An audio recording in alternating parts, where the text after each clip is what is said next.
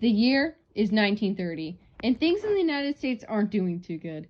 Prior to this year, in 1929, the stock market crashed, plunging the entire country into an economic depression, famously known as the Great Depression. This documentary is made to focus and showcase how the Great Depression affected the lives of millions, but since we cannot focus on all, we will focus on one dear family, the Johnsons. The Johnsons live in the panhandle of Oklahoma, specifically relying on farming to meet their economic needs. However, times have been tough for the entire family. My goodness, sweet Mary, this is the best water pie I've ever had. Man, thank you for cooking this Easter celebration. Yes, James, of course. This is truly delightful, Mary. Thank you and praise sweet Jesus. Yes, yes. Brings me back to when Bertha would cook for me. Back when we first bought this house. After fighting in the Civil War, where John lost his leg, John, along with his wife Bertha, moved in 1873 to the Oklahoma Panhandle to settle down for a new life. Thanks to the Homestead Act, the two had the opportunity to gain cheap western land from the government. Thank God for land. I'm so grateful we have this lovely house to start a family together. Life was going great for the Johnsons. With the addition of Henry II, Bertha being pregnant again, the house being finished, and the farm being prosperous, everything was great. But tragedy struck the family when in 1881, Henry II died of scarlet fever. Shortly after that, Bertha miscarried, potentially due to the stress caused by Henry II's absence. It wouldn't be until 1892 when things started to turn around for the family. After many failed tries, Bertha got pregnant again! In late 1882, James would be born. Fast forward a couple years into the year 1890, when the census of that year declared the West was closed. It left the Johnsons to believe they were opportunists and were gonna get rich. Due to this, they remained at the farmhouse leading an agricultural life, sticking to going to populist rallies and drinking at country taverns, where James would meet Mary, who happened to be advocating for prohibition, instead of venturing off into the industrial urban life.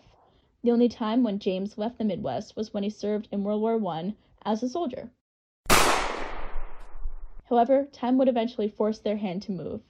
All right, kids, it's time for you to scatter off now. The adults need to have a conversation. Oh, but we wanted to talk to you. Yeah! Kids, listen to your mother. Out now.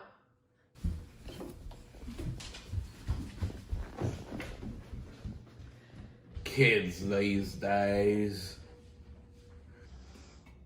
I tried harvesting crops a couple days ago all by my lonesome, but the soil is so damn dry. It's a damn desert out there. I can barely afford the necessities to live anymore for this family. The depression has taken its toll on everyone. I mean, my parents have lost everything. They stored everything in those damn banks on credit, and now we have nothing. It's alright. We'll figure this out. The Johnsons are a tough bunch. It'll be alright.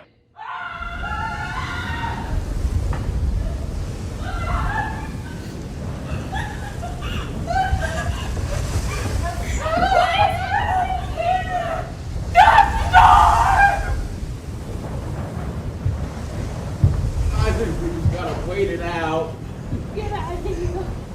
Come on, you gotta open it. Kids, into the room now. Go, let's go. Honey, go. No, Pilot, door, bring this way. Get up here, open the door. Open the door.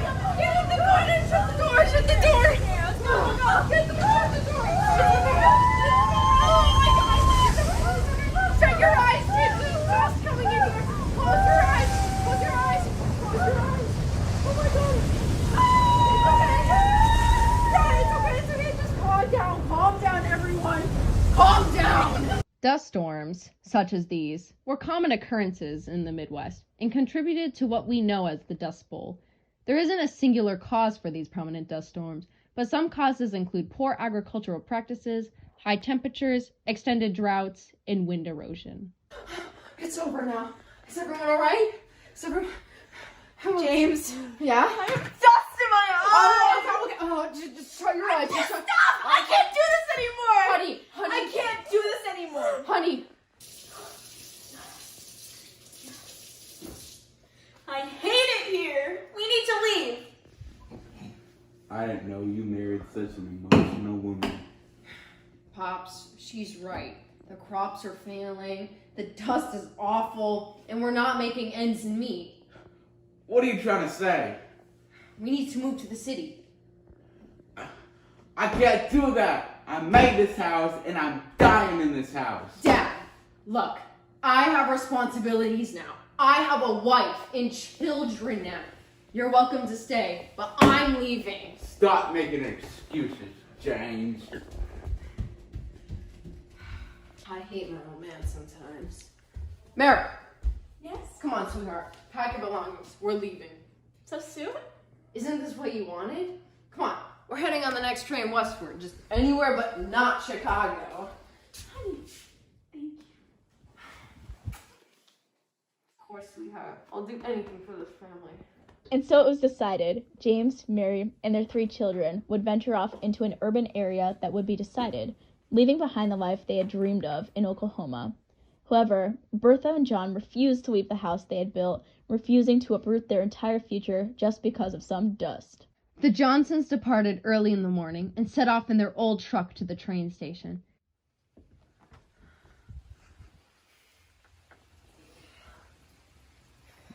They set off with only a little bit in cash, the mail addressed to them for that day, and their belongings in 3 large trunks in total. Once they arrived at the train station, there was only a couple of destinations to choose from, mainly due to all the railroads closing from the Dust Bowl. However, they opted to go westward, selecting San Francisco as their new home.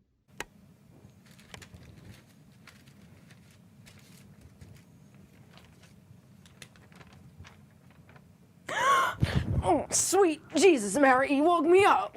What is it now?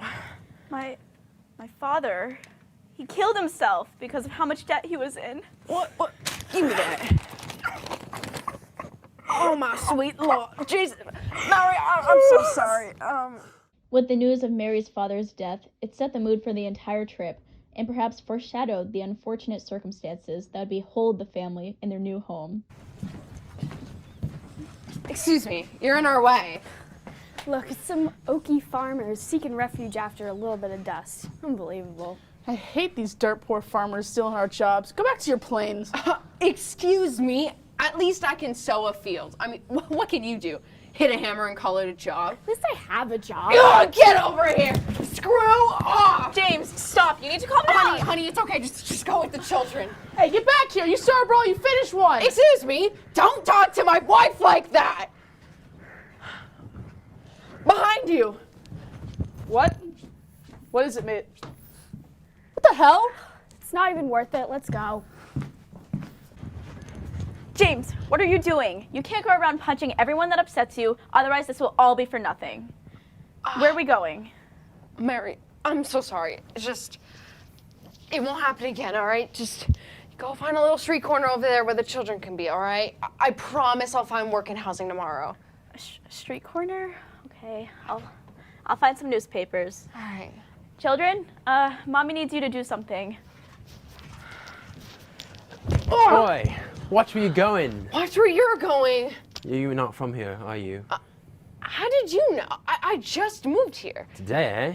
It's a shame. The city is a sham. It's hard to find work and even harder to find housing. Wish I knew that. I just brought my wife and 3 kids from Oklahoma. My wife is so excited. I don't know what I'm gonna do. Let me tell you what. I have an apartment a few blocks up from here. I'll let you stay as long as you pay 75% of the rent. You better pay the rent. Really? Or I'll make problems. Yeah. Check on it. Fine, but you're not mafia, right? No, I'm just some factory worker. My name's Roy. I'm James. Nice to meet you. It's this way. Let's go. Yeah, my wife is actually down here anyways. I mean.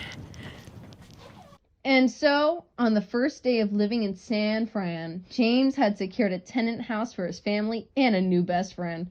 What could possibly go wrong now? The next day brought high hopes for the entire family. Mary sent the 3 kids off to sell newspapers that they bought with a couple pennies. Roy went off to his job at the hardware factory. James went to go look for a job, and Mary stayed home to tidy up the apartment. However, as night fell, James hadn't found a job at all, and the kids had only sold a few newspapers. Mary knew it would be a while until things started to turn around, and she wasn't going to be doing nothing. A couple weeks later passed, and James still had no job, but Mary began to come home nightly with a reasonable amount of income. The whole family had noticed she would leave late at night and return early in the morning with large sums of cash. This went on for a couple days before James confronted her in the early morning. Carrots. Tasty little piece of... Mary! I've been waiting for you all night. It's morning. Where have you been? Please, James, I'm tired. I don't really want to talk. No, where have you been? What's in this? Money? I can explain. Where are you getting all of this? Listen. Oh my god. What? Have you been stealing? Did you, like, pickpocket some people? Where have you been getting all of this? Dad, are you that blind? Mommy's obviously been holding herself out. Please, I can explain. I don't want to hear it. I don't want to touch your money. You've been prostituting against the Lord, against everything we believe in.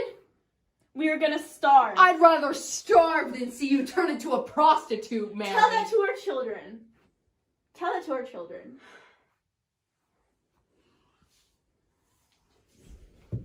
James, this is the only source of income we have right now. You don't have I a job. don't want to see you. I don't want other men touching you, Mary. I know, but it's the only source of income that we have right now. We need to stay alive. Just tell me you'll stop once I get a job. I promise it'll be soon, alright? I promise. It wouldn't be until a few weeks later that James got a job at a construction site. Meanwhile, he and Roy had gotten closer and would wait together in line at the bank for their paycheck, sometimes for hours on end. Jesus, when's this line gonna move? I don't know. What the hell's the holdup? We demand Hoover be removed from office. Debt to Hoover and all of his Hoovervilles. We demand government interference. The government needs to do something about this instead of sitting around and letting us suffer.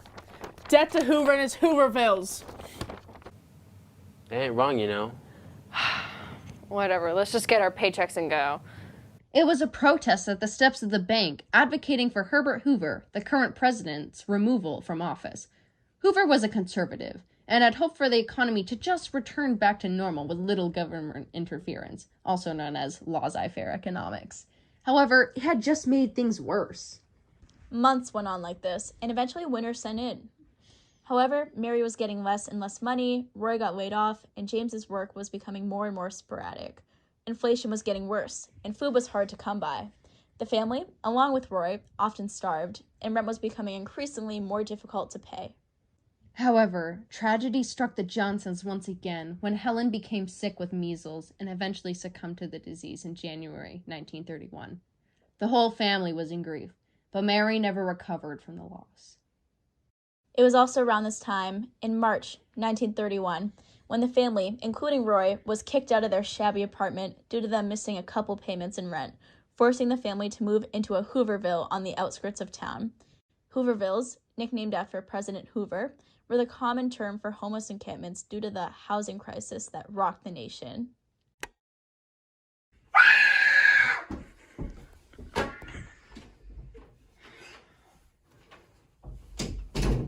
Daddy, you're home! Dad. up! What? Leave me alone! But Dad. You... I hate you! Go, goddamn all of you! You do nothing! You play ball! You little... I can't stand you lazy lumps! I need to clear my head.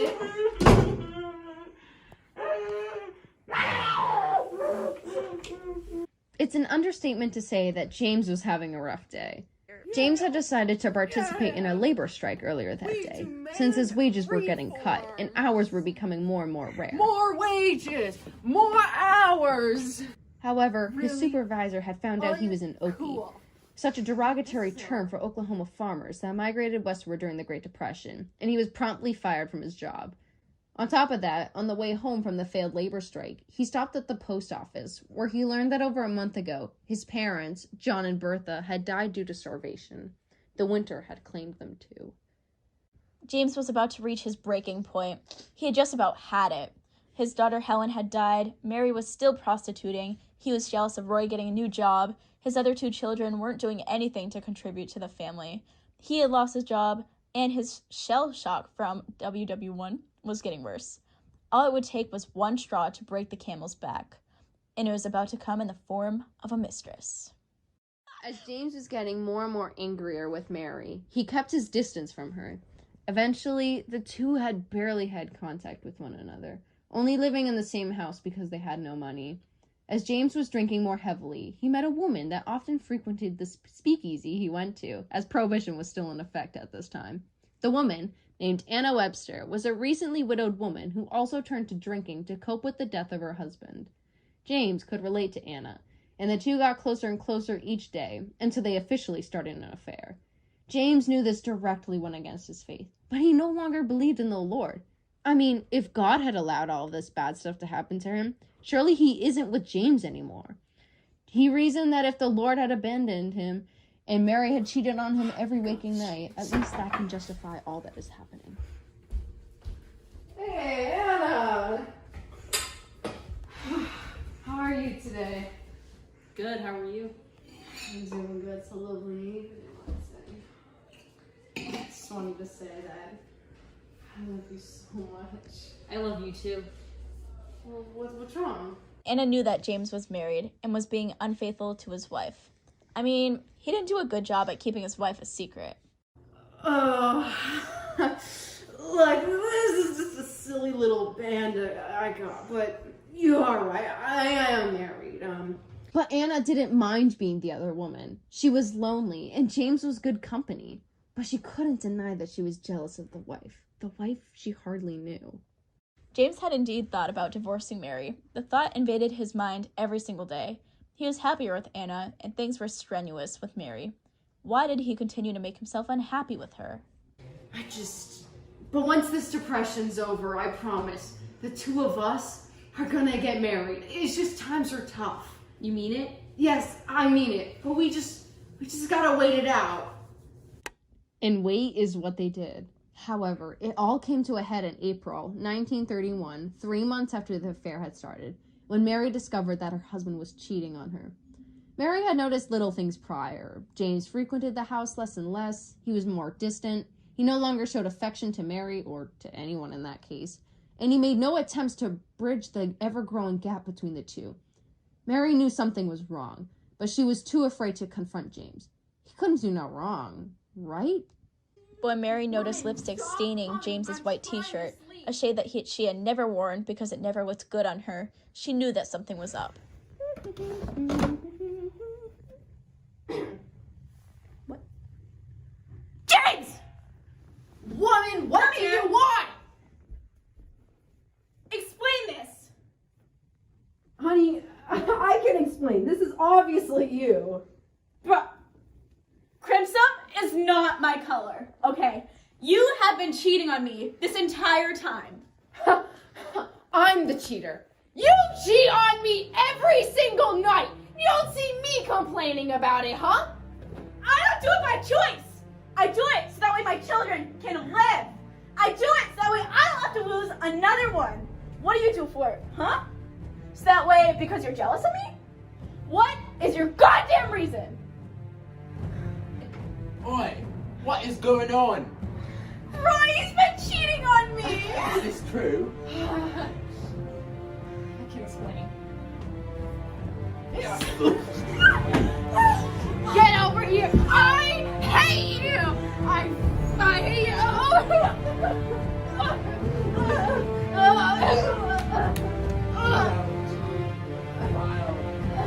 Disgusting.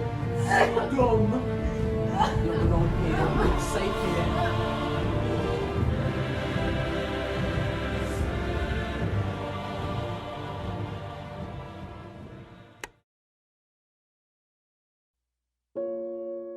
The Great Depression affected a lot of people both physically and mentally. It brought people to their breaking point. It destroyed people financially, causing rifts between relationships. It amplified the feeling in people that there was no hope for them and that they might as well give up. It made people go hungry, be forced to sleep on the streets while being exposed to the elements, and made people lose everything they had worked towards their entire lives. It made people so demoralized that they lost their will to survive to see another day. It made people desperate for money that they would do anything, resorting to prostitution and crime. It is hard to estimate a number from those who died as a direct result from the Great Depression. But life expectancy went down and death rate rose. However, things would soon turn around. The election in 1932 was approaching between sitting Republican President Herbert Hoover and Democratic candidate Franklin Delano Roosevelt, or FDR. Hoover, already unpopular at the time, promises protectionism and some government interference to end the Depression, but that is not enough for voters, as FDR wins the election.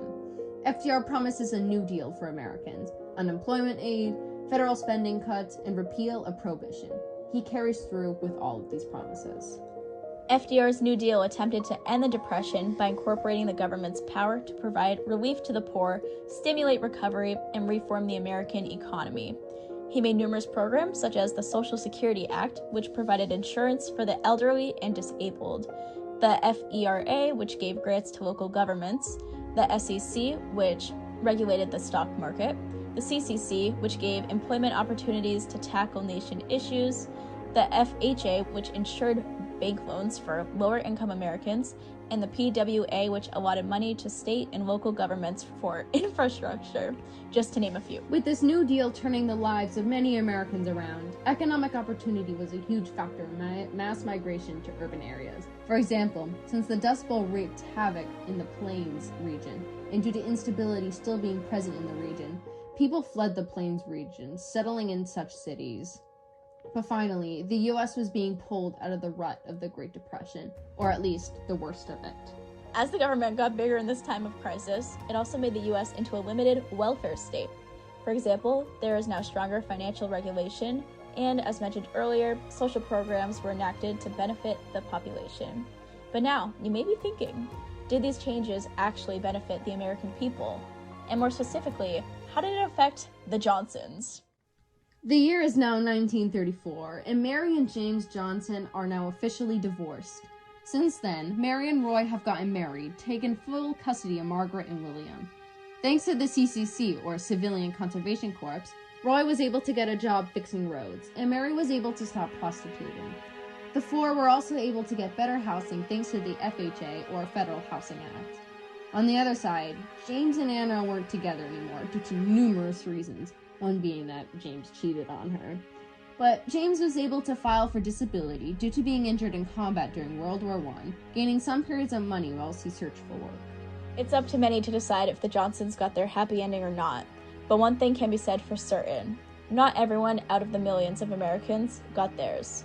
Even with the New Deal improving economic recovery, the Great Depression wouldn't officially end until the middle of World War II, when the United States was gaining money in exchange for giving the Allied powers supplies/ammunition. But the market left on the United States would be felt for decades to come.